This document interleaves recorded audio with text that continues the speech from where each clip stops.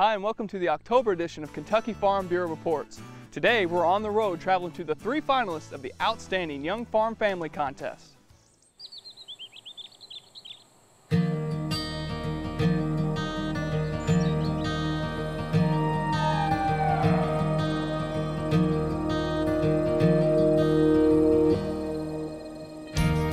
This is a family farm. We row crop a little bit better than 3,000 acres of soybeans, corn, and wheat. Also, we grow about 45 acres of tobacco, which that includes burley tobacco and dark air cured. And also, I run about 50 head of beef cattle. I've been in the beef cattle since I was in high school, and I just slowly progressed it. Now I have around 50 head. I have some replacement heifers I'm growing on another farm, and I look in the future to increase the herd size. I think it's just in me. I've farmed as long as I can remember. Even when I was a kid, I'd go out and help in the tobacco. We used to have a dairy farm. I'd go out and help milk cows in the morning. And I knew all through school and through college that's what I wanted to do, was to go back and farm. And I'd like to continue farming and grow the farm so that my children someday would desire the same.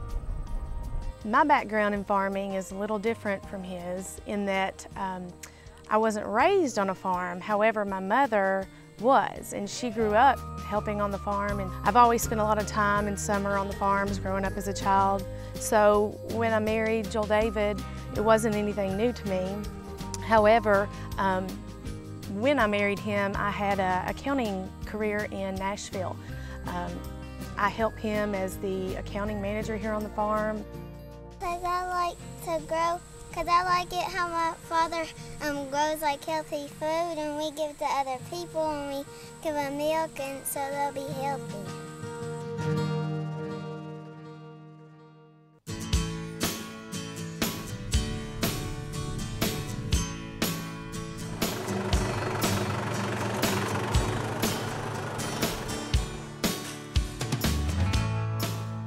In our farming operation, we raise tobacco, cattle, soybeans, row crops, corn.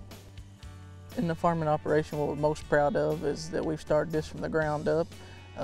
We bought 72 acres and got started ourselves, and we lease the other 700 acres. And we're really proud of starting it on the operation on our own. My role on the farm is I raise calves. I help with hay.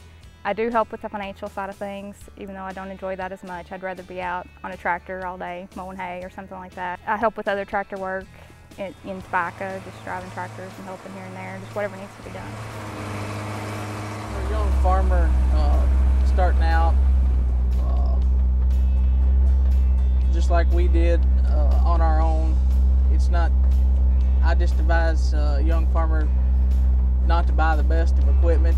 You can get by with used and older equipment, still gets the job done. It just needs a little more repair. Most of our equipment is, just used equipment, nothing fancy, and it gets the job done and makes a living.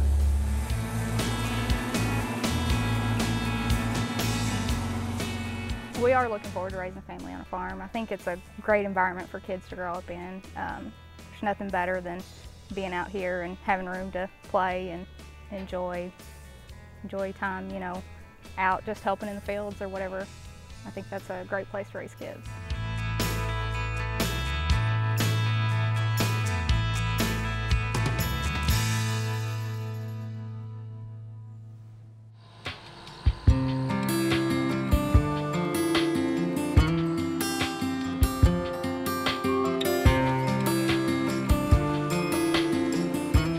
Nora and I farm a little over 4,000 acres in central Kentucky. We primarily raise corn, soybeans, and wheat in a no-till operation.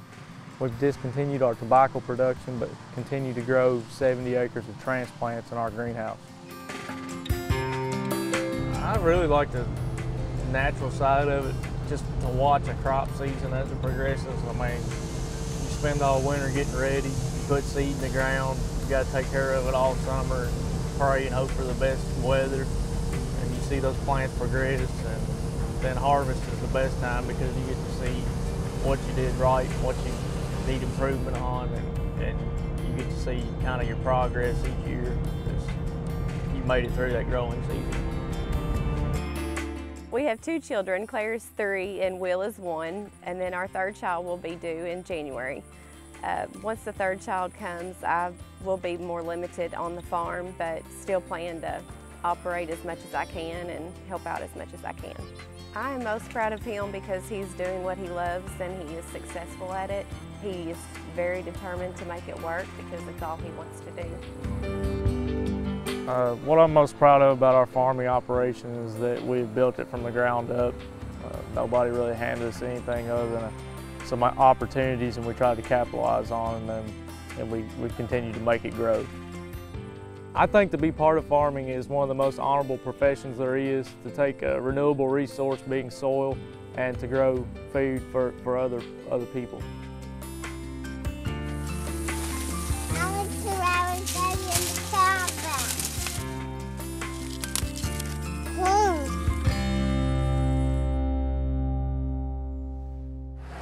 Kentucky Farm Bureau's Poultry Advisory Committee held its annual meeting in Murray State University's Breathitt Veterinary Center in Hopkinsville, a facility Kentucky Farm Bureau has strongly supported because of its service to livestock and poultry producers in the western half of the state.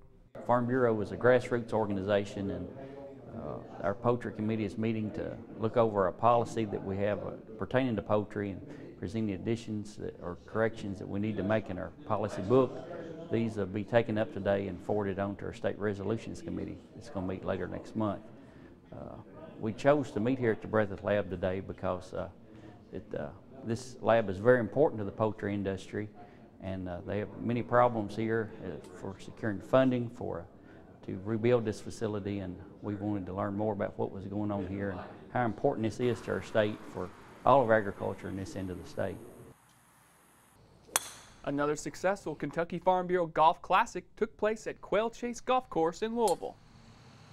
This is the 16th year for our Golf Classic, and we have Farm Bureau people, county leaders, state board members, we have agents and various vendors that service Farm Bureau from throughout Kentucky here today to help raise money for our scholarship program.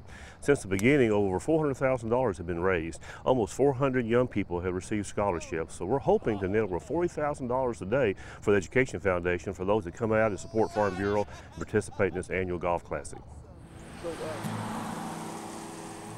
As I was leaving home to go to work, it was a foggy morning, and I was driving cautiously, so kind of watching, for cars in front of me, behind me. A car passed me going the other direction, and next thing I knew, there was a deer on the hood of my car.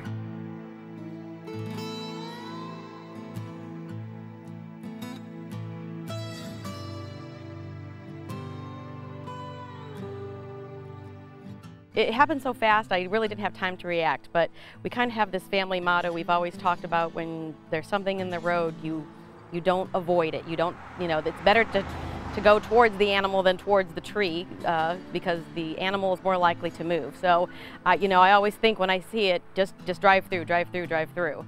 And so I just continued driving. I really didn't have time to react. Kentucky ranks about 16,000 claims for damage to vehicles from hitting deer. The number of deer vehicle collisions starts increasing in October.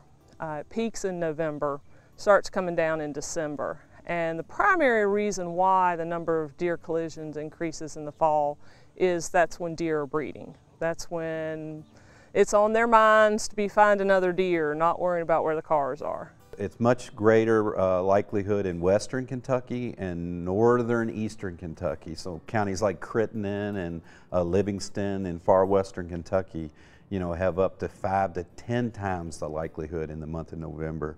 And up in northern Kentucky, we see the same thing. The most likelihood is at dusk and dawn. If you're traveling a road that's tree-lined, you need to be really careful at dusk and dawn. Deer, like any other creature, are going to look to cross a road where they feel safest. So anytime you have, say, open fields and then you come to a creek crossing where there's more vegetation, there's more trees, deer are going to be more likely to cross in those areas. And so people have to be extra alert in those areas where deer feel safe. If you've seen deer somewhere before, that's probably someplace they'd like to cross, and all year long that's an area to really be extra alert. It's very likely if you see a deer cross the road that there will be another one behind them. Deer tend to be in pairs or groups of 3, so if you see one run across the road in front of you, absolutely slow down because there's very likely another one behind it. If you don't overreact, sometimes it's better to hit the deer than to try and swerve. And if you do hit a deer, make sure everybody's okay. And the bottom line is the best way to reduce vehicle collisions is for drivers to be alert and to slow down. There's just no substitute for that. Maybe we can see the frequency drop, and if frequency drops in November, then that means fatalities are going to have a chance to drop, and serious injuries have a chance to drop. And you know, I think that's the goal here.